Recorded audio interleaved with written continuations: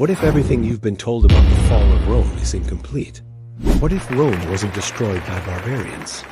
Wasn't doomed by decadence? Wasn't even defeated by corruption alone? What if the Roman Empire collapsed because of one financial decision? A decision so subtle that most Romans didn't even realize it was happening.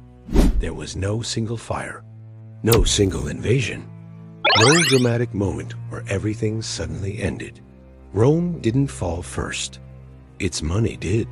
And once trust in money disappears, everything else follows.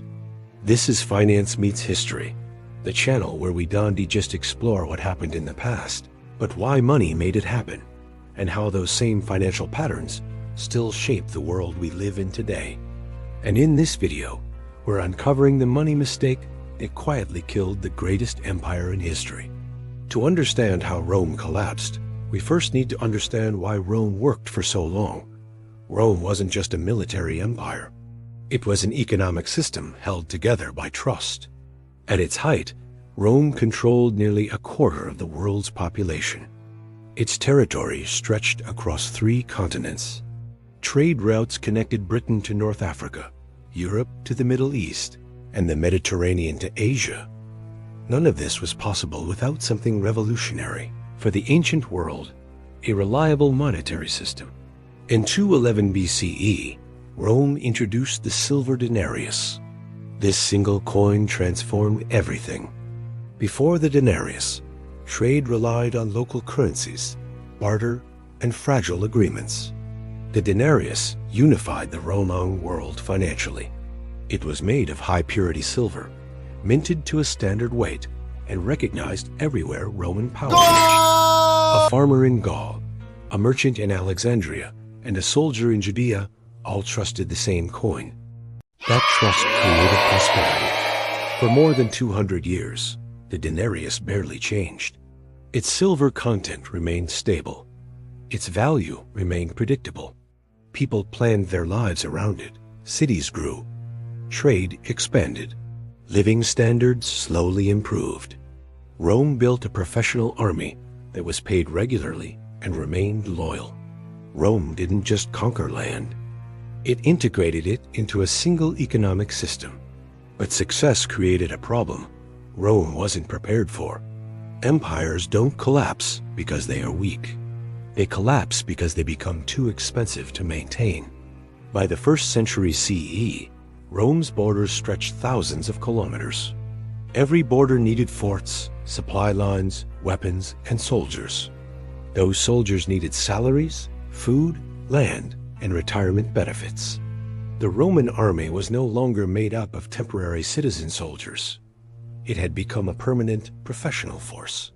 And professional soldiers expect to be paid. More importantly, soldiers now held political power. By the 3rd century, emperors rose and fell based on military loyalty. If an emperor failed to pay his troops, those troops would support someone else. Rome entered a period of chaos known as the crisis of the 3rd century. In less than 50 years, Rome had 26 emperors. Most of them were assassinated. Each new ruler faced the same urgent question: how do I secure loyalty immediately? The answer was always the same: money, more bonuses, more rewards, more promises. But Rome had a problem. It could not easily raise taxes. Its administrative systems were outdated. Aggressive taxation risked rebellion. Conquest was slowing, and new land no longer provided easy revenue. Rome needed money fast. So it chose the quietest option. Instead of raising taxes, Rome changed the money itself. Around 64 CE, Emperor Nero made a decision that would echo through history. He reduced the silver content of the denarius, only slightly. The coin looked the same. It had the same legal value. Most people didn't notice, but it contained less silver.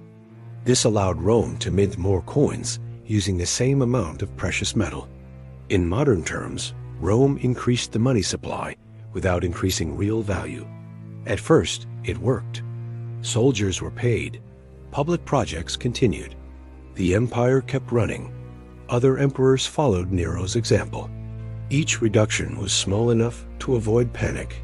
Each step felt manageable. But over time, those reductions added up. 90% silver became 80. 80 became 60. 60 became 40. By the 3rd century, the denarius contained almost no silver at all. It was mostly bronze, thinly coated with silver to hide the truth. Rome had more money in circulation than ever before, and less value than ever before. Inflation took hold. Prices didn't rise because merchants were greedy. They rose because money was losing its meaning. Wheat prices increased more than 1,000%. Workers demanded higher wages. Soldiers refused payment in coins and demanded food instead. Taxes were no longer collected in money. They were collected in grain, livestock, and goods. Barter replaced currency in many regions. Money had failed, and when money fails, complex systems collapse. Long-distance trade slowed, then stopped. Cities shrank as people returned to subsistence living. Markets disappeared. People stopped specializing and focused on survival. The military suffered next. Soldiers paid in worthless coins lost loyalty. Desertion increased. Rome increasingly relied on mercenaries and foreign troops to defend its borders. The Roman army stopped being Romang. Political leaders panicked. Instead of restoring trust, they tried to control outcomes by force. In 301 CE, Emperor Diocletian issued an edict fixing prices for more than 1,000 goods. Violating the law could mean death. The result was immediate. Goods vanished from markets. Trade moved underground. Black markets exploded. Rome introduced new coins, new names, new designs. But trust was gone. People remembered the betrayal.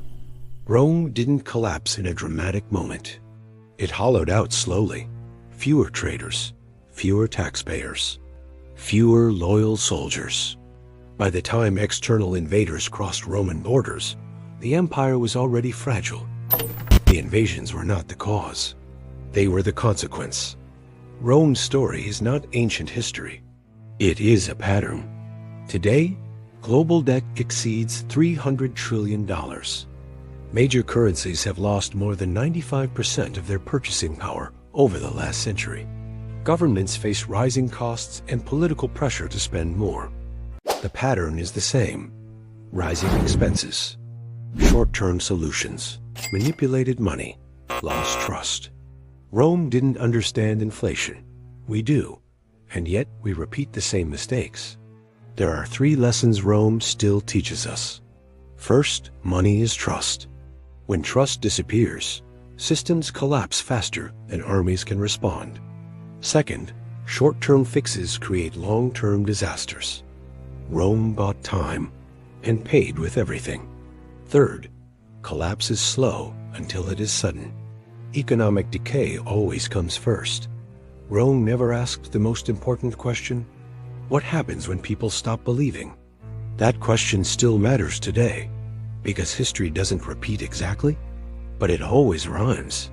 If you want more deep stories where finance and history collide, subscribe to Finance Meets History. Because the future belongs to those who understand the mistakes of the past.